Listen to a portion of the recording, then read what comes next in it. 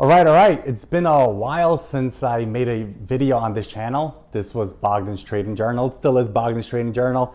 But when I first started this channel, I was kind of in a mindset of like, okay, I'm going to document everything, hoping that maybe it would take off.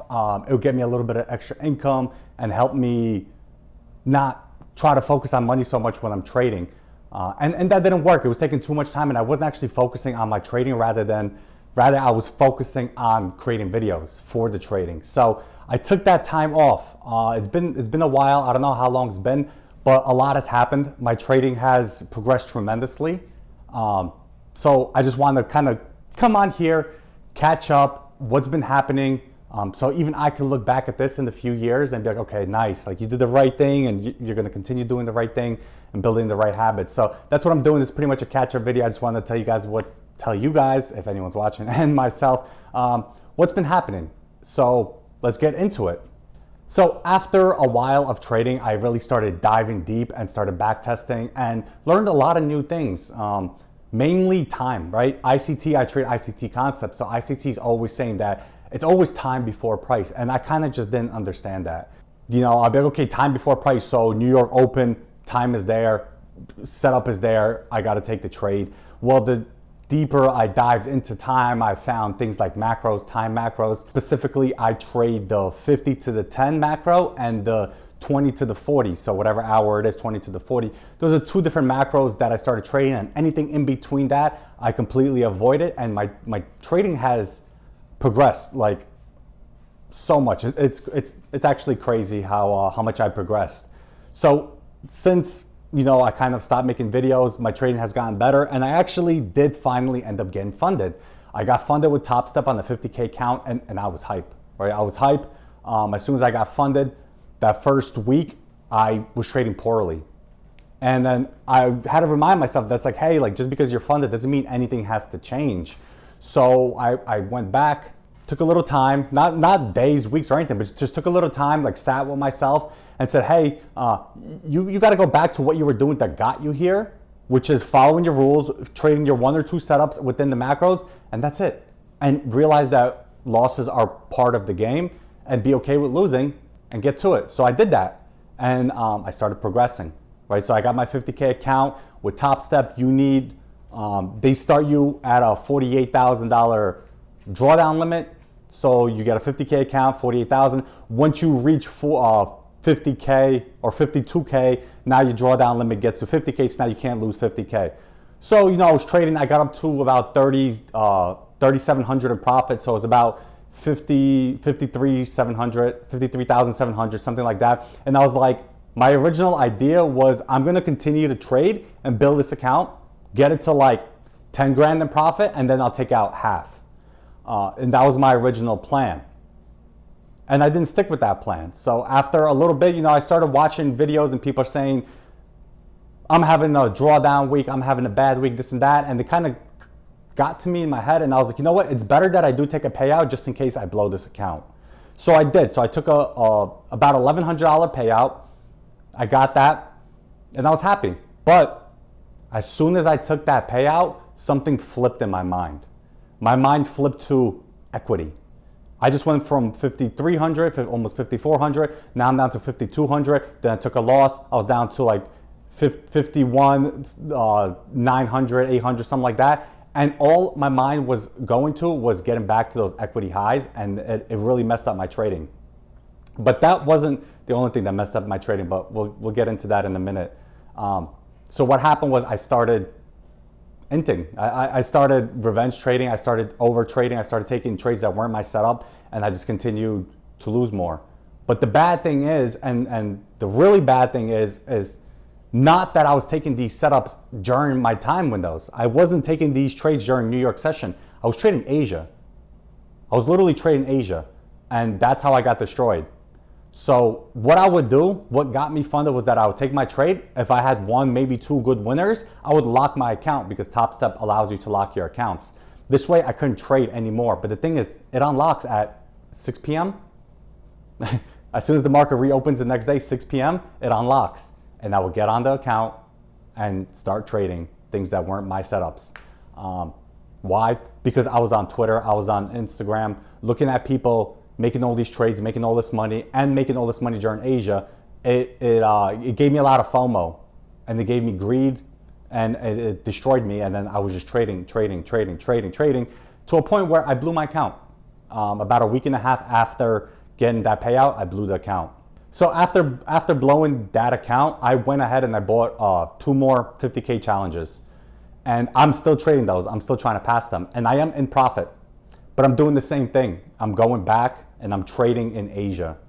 Not every single day, but if I look at majority of my losers, I do have regular losing days on the regular trading hours, but most of my losses are coming from, Asia session or even before Asia, because Asia starts at 7 or 8 p.m.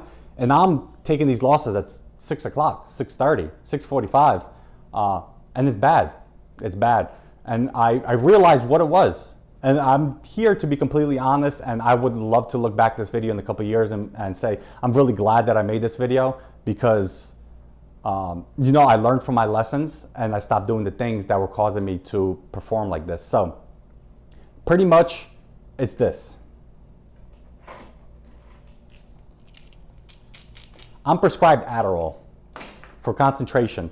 I have hard time concentrating, and that drug right there was an absolute godsend when I was in different businesses like e-commerce and affiliate marketing. Because e-commerce and affiliate marketing, you have to put in a lot of work up front and you don't see the results right away. It's completely different with trading. In trading, you're not doing much of anything until you're pressing that button. And what Aderall does is it stimulates your dopamine. It releases way too much dopamine than it should in your brain. And what does dopamine do? Dopamine is not a feel-good chemical like a lot of people think it is. Dopamine actually is an anticipatory chemical. It makes you, it's the chemical that's released when you're anticipating feeling good. So now you combine that with trading. Every single time you press a button, you're anticipating that trade's gonna work and it's gonna make you feel good, you're gonna make money. So you can see how easily you can just continue to click that button and take trades that you shouldn't. Funny enough, there was a study done about dopamine in the brain, and they put a switch in a bunch of people's heads with a button that they could press, and it would release dopamine. And after a little bit of time, they realized that these people were pressing this dopamine button hundreds of times a day. And when they started asking them about it, everybody said, I wasn't pressing the button because it made me feel good. I was not pressing the button because the dopamine didn't make me feel good, but I was pressing the button because I couldn't control myself not to. That's the chemical, right? So that's something that's destroying me, because I'm not taking Aderall when I trade, because I realized a while ago, when I take Aderall when I trade, I overtrade and I do dumb things. But like I said, I would take my trades, have a day, whether it's up or down, lock my account, and then I will go ahead and take Aderall to do more work, to study on things that I needed to do, and try to be really, really productive, right? But as soon as that market opens, I'm looking at the charts because I'm analyzing what's going to happen the next day. Is there a gap? What should I look for? And things are clicking in my head. And it's like, okay, let's go, let's trade. And that's what's been happening. And it even happened, when?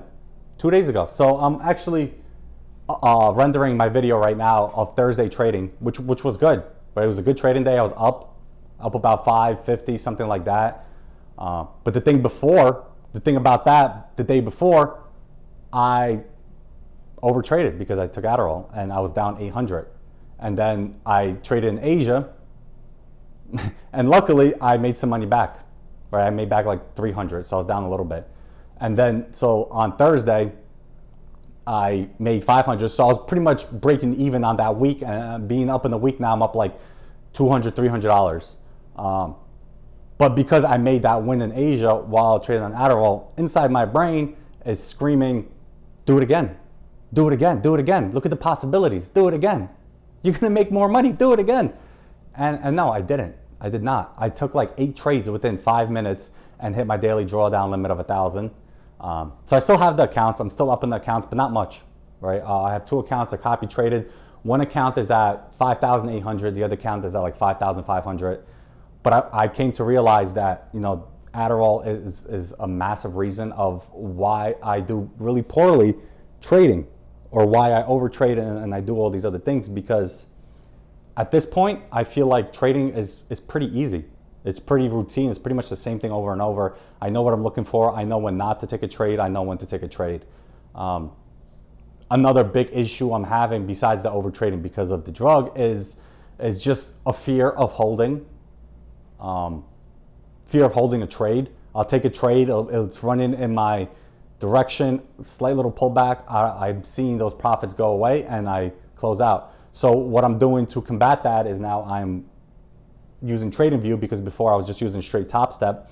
And so as soon as I take my trade on Topstep X platform, I minimize it, put my stop, put my TP, minimize it, and I'm looking just at TradingView, and I'm looking at what the candles are doing and printing. I'm not thinking about that trade, because if I see that P&L fluctuating up and down in my face, that is going to make me do things that I shouldn't do, right, and react emotionally. But I realize that, and I'm working on that. And that's not the worst problem to have, right? The worst problem that I have is the overtrading, trading during sessions that I'm not supposed to be doing, et cetera, et cetera. So that's what I'm not going to be doing anymore. Yeah. So I have a couple more things that I need to get done in these next few months that I unfortunately do need the Aderall for, because I need to sit here and do things for hours and hours and hours. And unfortunately, when you stop a drug that's been stimulating you for a while, your brain doesn't work like it did normally, and you don't really have that motivation. The only thing I have a lot of motivation to do without Aderall is trade and go to the gym. But besides that, I don't really want to sit here and do other things that I know I have to do. They're just not enjoyable for me. But that's that. So I just want to drop a quick update of what's been going on. I'm going to get back to doing reviews of my trades, and I actually am thinking about starting to go live, because like I said, I've recorded for the first time in a long time. I recorded my Thursday session, and what I realized is that I talk myself through trades and potential setups and possibilities, and I realized I talk myself out of a lot of potential bad trades and setups, which I wouldn't do if I'm not talking out loud. So I'm thinking I could either continue to record myself and just post that, or I could just go live. And I think the live would be easier, because then I would also be held accountable. Because if there's people watching me, even one or none, I'd still be held accountable, because in my mind it would be the fact that, you know, somebody's still there. They could possibly be watching, and everything I do that's stupid is going to be public, and I don't want that. So I think that's going to be the best bet for me.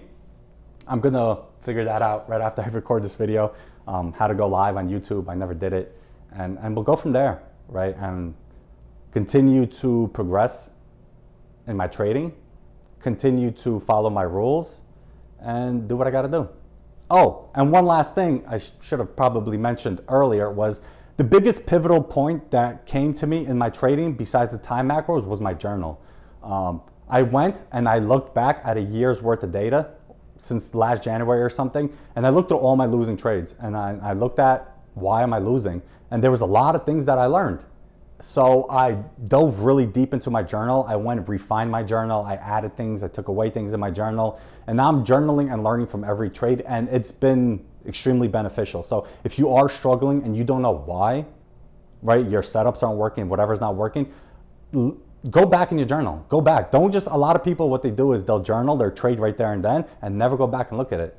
So what I do now is I do weekly reviews. At the end of the week, Saturday, Sunday, I'll go through my journal, check out everything that I did in the week, and then I'll look and I'll compile a document that shows or says what I did right, what I did wrong, and how could I improve next week. And I print those out and I keep those with me, and it's tracking my data. And then at the end of the month, I do the same thing for the whole month, except I add things in like my best setups, best times, news events, things like that. If you guys are interested in seeing, you know, my journal, kind of what I'm doing with my journal, just comment down below, and you know, I could definitely do a video about that. I think that would be extremely beneficial, because even though people talk about the journal a lot, they don't explain their journal a lot. And I think if I did that, it would be very beneficial. So besides that, that's where I'm at now. Yeah, I hope you guys are crushing your trading. If you're trading, whatever else you're doing, I hope you're having massive success. I hope you're staying safe out there, and God bless.